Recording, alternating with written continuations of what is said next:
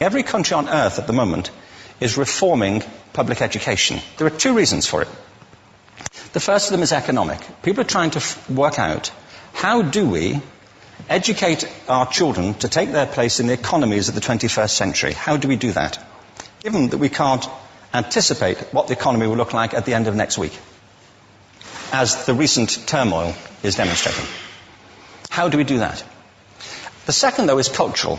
Every country on earth is trying to figure out, how do we educate our children so they have a sense of cultural identity and so that we can pass on the cultural genes of our communities while being part of the process of globalization. How do we square that circle?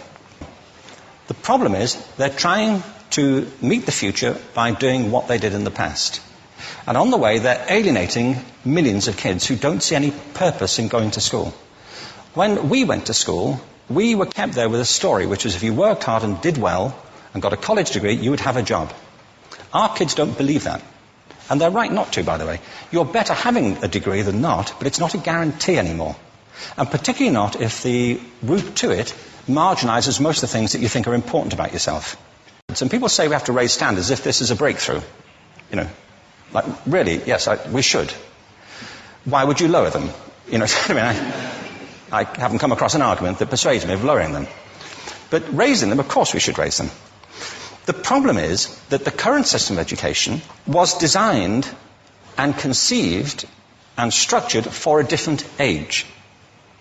It was conceived in the intellectual culture of the Enlightenment and in the economic circumstances of the Industrial Revolution. Before the middle of the 19th century, there were no systems of public education. Not really. I mean, you could get educated by Jesuits, you know, if you had the money. But public education, paid for from taxation, compulsory to everybody and free at the point of delivery, that was a revolutionary idea. And many people objected to it. They said it's not possible for many street kids, working class children, to benefit from public education. They're incapable of learning to read and write, and why are we spending time on this? So there's also built into it a whole series of assumptions about social structure and capacity. It was driven by an economic imperative of the time, but running right through it was an intellectual model of the mind, which was essentially the Enlightenment view of intelligence. That real intelligence consists in the capacity for a certain type of deductive reasoning and a knowledge of the classics originally, what we come to think of as academic ability. And this is deep in the gene pool of public education, that there are really two types of people, academic and non-academic, smart people and non-smart people. And the consequence of that is that many brilliant people think they're not, because they've been judged against this particular view of the mind. So we have twin pillars, economic and intellectual. And my view is that this model has caused chaos in many people's lives. It's been great for some. There have been people who have benefited wonderfully from it. But most people have not. Instead, they suffer this. This is the modern epidemic, and it's as misplaced and it's as fictitious. This is the plague of ADHD. Now, this is a map of the incidence of ADHD in America, or prescriptions for ADHD. Don't mistake me here. I don't mean to say there is no such thing as attention deficit disorder. I'm not qualified to say if there is such a thing. I know that a great majority of psychologists and paediatricians think there is such a thing. But it's still a matter of debate. What I do know for a fact is it's not an epidemic. These kids are being medicated as routinely as we had our tonsils taken out. And on the same whimsical basis, and for the same reason, medical fashion. Our children are living in the most intensely stimulating period in the history of the earth. They're being besieged with information and calls for their attention from every platform, computers, from iPhones, from advertising audience, from hundreds of television channels. And we're penalizing them now for getting distracted. From what? You know, boring stuff. At school, for the most part. It seems to me it's not a coincidence totally that the incidence of ADHD has risen in parallel with the growth of standardized testing. Now, these kids are being given Ritalin and Adderall and all manner of things, often quite dangerous drugs, to get them focused and calm them down. But according to this, attention deficit disorder increases as you travel east across the country. People start losing interest in Oklahoma.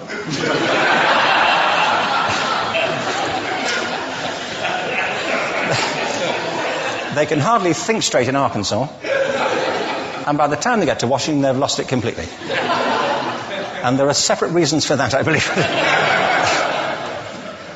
It's a fictitious epidemic.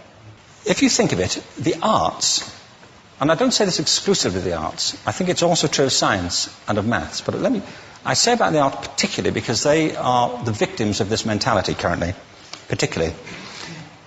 The arts especially address the idea of aesthetic experience. An aesthetic experience is one in which your senses are operating at their peak, when you're present in the current moment, when you're resonating with the excitement of this thing that you're experiencing, when you are fully alive. An anesthetic is when you shut your senses off and deaden yourself to what's happening. And a lot of these drugs are that. We're getting our children through education by anesthetizing them. And I think we should be doing the exact opposite. We shouldn't be putting them asleep. We should be waking them up to what they have inside of themselves. But the model we have is this. I believe we have a system of education that is modelled on the interests of industrialism and in the image of it. I'll give you a couple of examples. Schools are still pretty much organised on factory lines, ringing bells, separate facilities, specialised into separate subjects. We still educate children by batches. We put them through the system by age group. Why do we do that? Why is there this assumption that the most important thing kids have in common is how old they are? It's like the most important thing about them is their date of manufacture. You know what I mean? Well, I know kids who are much better than other kids at the same age in different disciplines, or at different times of the day, or better in smaller groups than in large groups, or sometimes they want to be on their own. If you're interested in the model of learning, you don't start from this production line mentality. It's essentially about conformity, and increasingly it's about that as you look at the growth of standardized testing and standardized curricula. And it's about standardization. I believe we've got to go in the exact opposite direction. That's what I mean about changing the paradigm. There was a great study done recently of divergent thinking. It was published a couple of years ago. Divergent thinking isn't the same thing as creativity. I define creativity as the process of having original ideas that have value. Divergent thinking isn't a synonym, but it's an essential capacity for creativity. It's the ability to see lots of possible answers to a question, lots of possible ways of interpreting a question, to think what Edward de Bono would probably call laterally, to think not just in linear or convergent ways, to see multiple answers, not one. So, there are tests for this. One kind of cod example would be, people might be asked to say, how many uses can you think of for a paperclip? One of those routine questions. Most people might come up with 10 or 15. People who are good at this might come up with 200. And they do that by saying, well, could the paperclip be 200 foot tall and be made out of foam rubber? Does it have to be a paperclip as we know it, Jim? Now, there are tests for this, and they gave them to 1,500 people. This is in a book called Breakpoint and Beyond. And on the protocol of the test, if you scored above a certain level, you'd be considered to be a genius at divergent thinking. Okay? So my question to you is, what percentage of the people tested, of the 1,500, scored at genius level for divergent thinking? Now, you need to know one more thing about them. These were kindergarten children. So what do you think? What percentage at genius level? 80. 80, okay. 98%. Now, the thing about this was it was a longitudinal study. So they retested the same children 5 years later, ages of 8 to 10. What do you think? 50? They retested them again 5 years later, ages 13 to 15. You can see a trend here, can't you? Now, this tells an interesting story, because you could have imagined it going the other way, couldn't you? You start off not being very good, but you get better as you get older. But this shows two things. One is we all have this capacity, and two, it mostly deteriorates. Now, a lot of things have happened to these kids as they've grown up. A lot. But one of the most important things that happened to them, I'm convinced, is that by now they've become educated.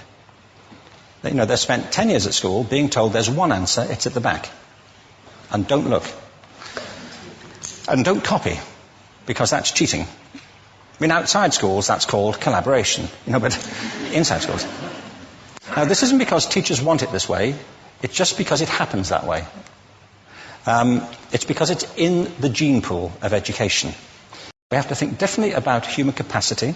We have to get over this old conception of academic, non-academic, abstract, theoretical, vocational, and see it for what it is, a myth. Secondly, we have to recognise that most great learning happens in groups, that collaboration is the stuff of growth. If we atomise people and separate them and judge them separately, we form a kind of disjunction between them and their natural learning environment. And thirdly, it's crucially about the culture of our institutions, the habits of the institution and the habitats that they occupy.